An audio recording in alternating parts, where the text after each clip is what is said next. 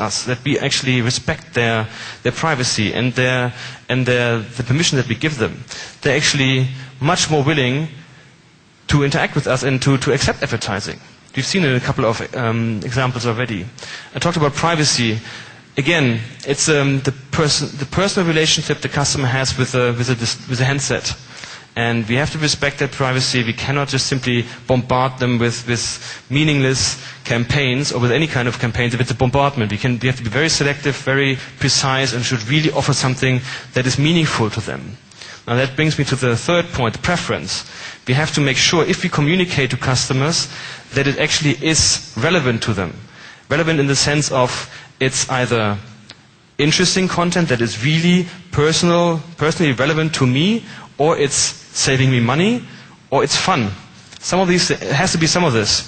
And if we don't respect that, then people will reject it. At best, they will not interact with the ad. At worst, they will have a very negative outlook on or a very negative attitude towards the brand after they interact with that advertising. And the fourth one sounds trivial, but in the early days now of mobile advertising, we have to also think about the quality of the promotion. The ad actually has to be good. It has to be engaging, it has to be well done, and it requires some investment. It's not good enough to just simply put your logo into an MMS and hope that somebody clicks on it. That will backfire, that will not work. And we are actually burning the customer with bad advertising. So that is something that, for instance, if you look at Blick, I'm sure that most of you are familiar with that company. They're an MVNO in the UK that is entirely based on mobile advertising. They are very, very good at creating campaigns that are engaging the customers, that are fun, that are interesting, and they have very high response rates. What they're saying is that they get up to 25, or they have 25% on average response rates for the ads, which is amazing. So if you respect those four requirements, then you should actually be fine and successful in mobile advertising. That pretty much brings me to the end of my presentation, but I want to leave you not without some challenges at the end of it, because it's not all hunky-dory. Obviously, what I've been presenting to you is not all there yet. We are still building it. The mobile industry is still setting it all up. We're still investing now or building metric systems. We're building targeting systems, evolving the targeting systems that we have. We're building permission databases. We're building the inventory and optimizing it. And there's a lot that needs to be done. But it will be done. And then we will have a very interesting, very, very lucrative and performance-oriented channel for advertisers. And one challenging question really is performance really the silver bullet? If you just focus on click-through rates and cost per acquisition and these kind of things. Because there is always a question, how do you actually turn this metric into something valuable? And what does it actually mean if somebody clicks on the ad? Does it really help your sales at the end of the day?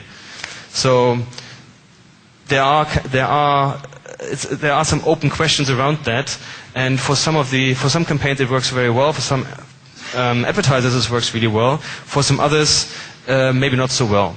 So something that you should keep in mind. And the last point really is also there is still brand advertising. And we have run a campaign with Volkswagen not so long ago when they launched the Tiguan in Germany. And a couple of weeks back at a conference in Amsterdam, I met the guy at Volkswagen who was responsible for it. And he was saying that they were quite happy with the outcome of the mobile campaign, which was performance related.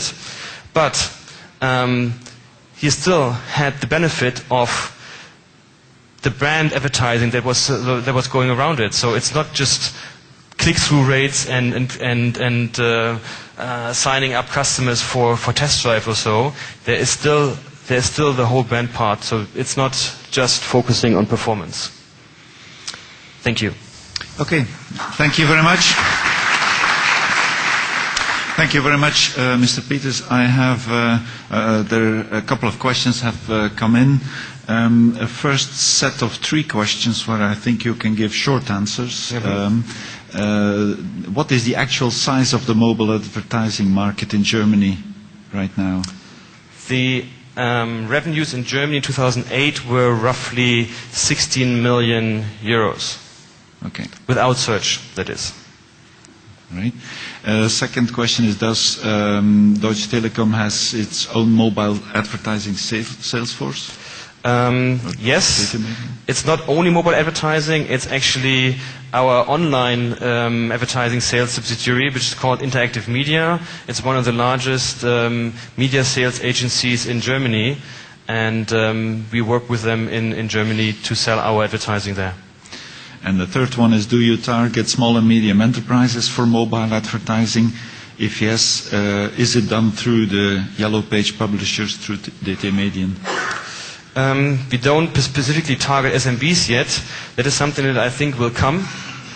The challenge is that as we work with a company like Interactive Media today, which is really working with large accounts and large brands, that is not really a channel that we have set up yet.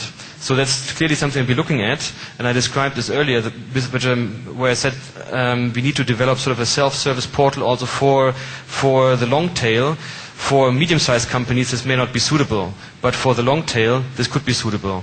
So I think that there is a lot that needs to be done, and clearly the Yellow Pages, I think, are in a very good position, actually, to sell this kind of advertising to their constituency, which is a small company to a large extent, because you have the feet on the ground. We don't have that. We will never have that. Okay, thanks. If there is a question from the room, raise your hands. In between, I have another one here. How can the increased risk for the media owner be reflected in the pricing? So when it's about performance price, etc., how would you calculate the price in the best way? Well, that's a tough one. I think it is, in principle, reflected in the price already. I mean, as I showed on that curve, there is clearly a steeper price for the inventory that when you do have performance-related advertising. But the question really is, how do you assess that in a fair manner? And I think it really depends on the campaign. I think there is not one single formula to calculate that value. It has very much to do with the value it brings to the advertiser. So if Volkswagen says, for example, that they need, I think they said 8 or 9 test drives to sell one car, they can very well associate a click-through, a price for a test drive. And if that is becoming the measure then for the test drive, for your performance-related ads, then you can associate a price to it very, very easily, actually. So I think that's really the way it works. You have to look at the individual product, and for instance, for that reason, I also believe that low-end or low-price product, I should say, for instance, a coffee or so, is very difficult to do in that way because there's just not enough value in it. Okay. Thank you very much, Mr. Peeters. Thank you. Thank you. There's a question here? Okay. Just wait for the microphone. Can we have the microphone here? The second row.